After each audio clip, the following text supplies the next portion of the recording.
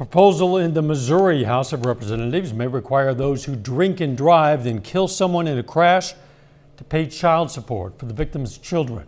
Reporter Marina Silver spoke with a woman who's advocating for this about why it's so important to her. Remember everything about their mom and dad. They're learning just like the rest of us. Cecilia Williams came up with the idea of Bentley's Law after her son, his fiance, and one of their children were killed by a drunk driver. Not long after my son Cordell Williams and my soon-to-be daughter-in-law Lacey Newton and their 4-month-old and my grandson were killed by a drunk driver on April 13th of 2021.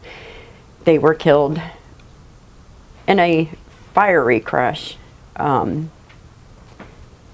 They were hit by a drunk driver. She told me she remembers having police show up to her door to tell her the unthinkable. I remember looking at my clock and I said, it's 12:36 a.m. Who's knocking at my door like that?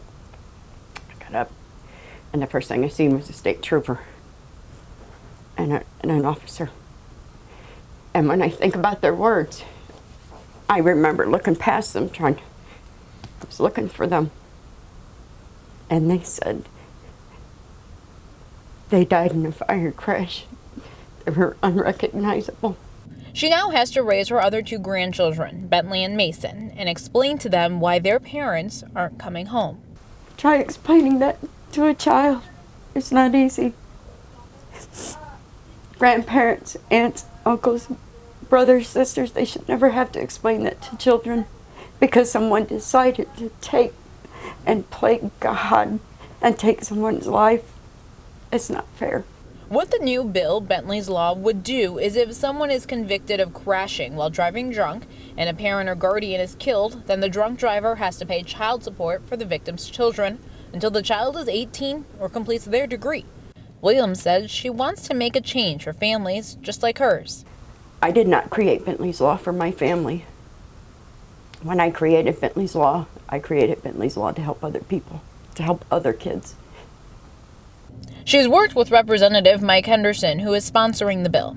I was kind of astounded that the state didn't have anything in place already that dealt with this. The bill had a public hearing testimony today in the Missouri House of Representatives Crime Prevention Committee. Nobody came to testify against it, but Cecilia Williams did come to share her story. I know if they had a choice in life, they would choose to be with their mom and dad and their baby brother, but they wasn't given that choice.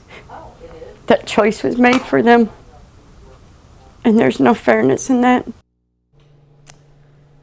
Bill still has a long way to go to become law. The first step is to make its way out of the House committee.